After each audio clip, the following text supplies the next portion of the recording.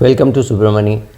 I'm going to talk about retirement and the steps to be taken, let's say 5 years before retirement. So, first of all, most people that I know who have a choice of when to retire just don't exercise that choice. They just don't want to retire. So, whether it is a 60-year-old doctor practicing who says, oh, I think my health will permit me to work till 75 or 70, so which means that the doctor does not want to retire. No, don't make a mistake. The doctor has enough money to retire. So it's not about money, but the doctor does not want to retire simply because the doctor does not have a hobby. Or a businessman who thinks that he has to work because his employees need him, because the company has to go places, so he has to find a new CEO, put him in his place or put her in her place, put her in the place and make that thing run. When do you think they start doing all this? When they are 62, 63, or in a worst case scenario, getting the son or daughter to come into the business and then interfering like mad, not just refusing to step off the gas. Doing meetings and saying, no, that's a very important meeting, only I can do, my son can't do, my daughter can't do, my CEO can't do, so therefore I will do.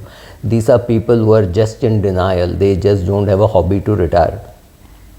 They don't know what they are retiring into, so they just refuse to give up the office work. So they need something to keep themselves busy. So if there is some function, or if there is a vacation to be taken, they plan a 4-day vacation, take a 2-day vacation, and they pretend that they have to be back, otherwise their office will suffer or something like that. This is very scary, not from any other point of view, but from their children's point of view.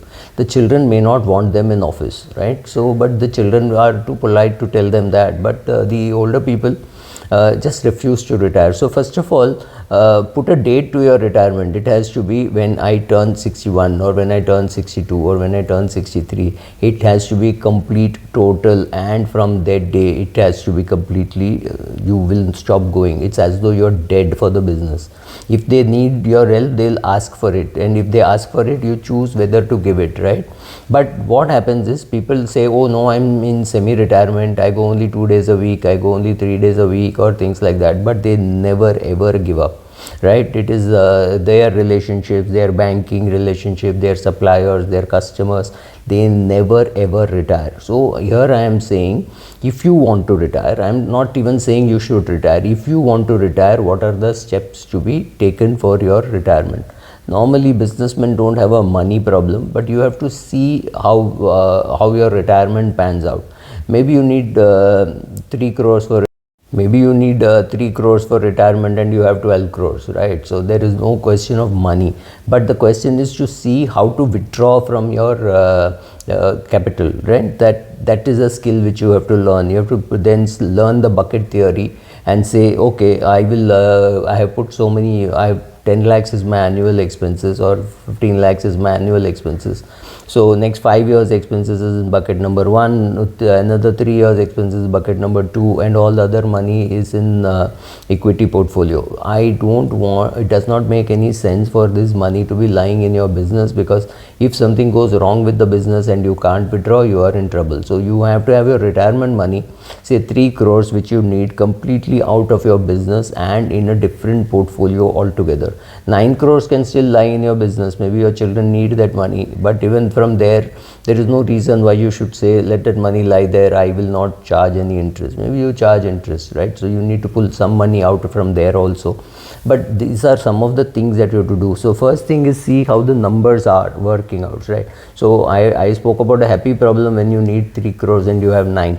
It's also possible that you need 3 and you have 2.5. In such a case, what you should do is say, I will work for a little longer. I will work as a part-time person. I may write accounts in a company. I may do anything, but I will work for some more time. Maybe I will work till 65. I will earn enough so that I don't have to touch my capital for 5 more years. And in 5 years, let's say my corpus has doubled. I'm just being over optimistic.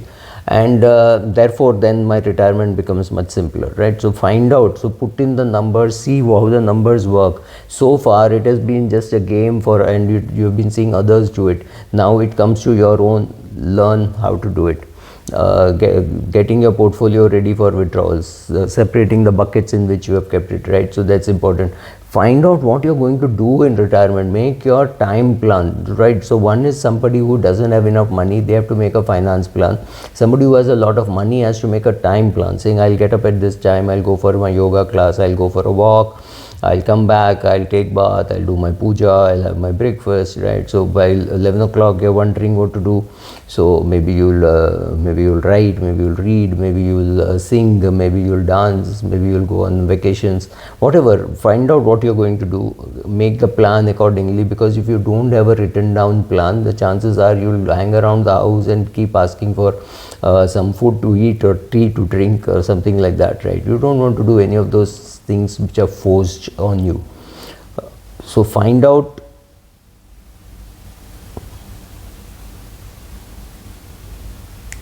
and let us assume all this is happening when you are 60. So find out where you are going to live from 60 to 70, 70 to 80 and 80 and beyond.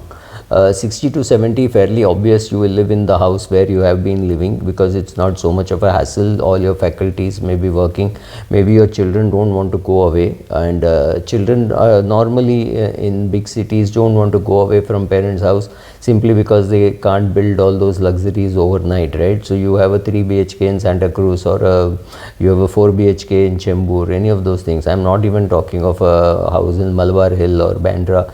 Any of those things, once you have all those things, kids don't want to leave you, not out of love, but because of this of the luxurious surroundings that you've given. So find out where you're going to live during your till you're 70, and from 70 to 80, where are you going to live? It makes sense to live in a gated community. Many people don't understand that moving at 70 makes sense simply because moving at 87 is going to be impossible. So move at 70, you're more likely chances of making friends. When I say 70, it could be 67 for somebody, it could be 70 for somebody else, it could be maybe the husband is 70 and the wife is 62, or the husband is 70 and the wife is 76. So I'm saying among the partners, the first person who hits 70 should have made plans of where to go. So if you can't stand the cold, Chennai is not a bad option. But if you think cold is not a problem, then maybe Pune, Coimbatore, any of these places are good.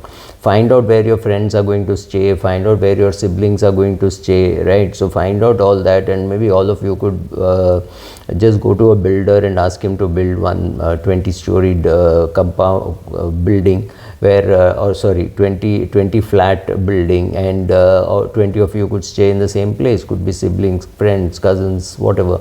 That's a good place, good environment. You could create infrastructure for all of you, right? So find out all that, do that experiment. Don't buy till you are ready to move. There is no point buying something at 55 and moving there at 70, because that construction will be old. Move into a new building, so the next 10-15 years you don't have to worry too much about maintenance, etc. At some stage of your life, you are going to need geriatric care unless you die before that, and therefore plan for that also. It is easier for you to move to a senior citizen home, telling your children that you are moving, instead of asking them to put you somewhere, because they will never ever do it, simply because then they think they are answerable to society, which they are not, but they will not accept it, right?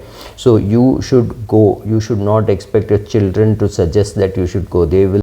At 85, if you tell your children, oh, put me in an old age home, you're saying it very negatively. Make it very clear. No child wants to do it. No child wants to answer the question, where have you left your parents, right? That's a very embarrassing question to be answered. So in my case, when my mother bought the senior citizen home where she is living now, she is 85 and she's living there alone.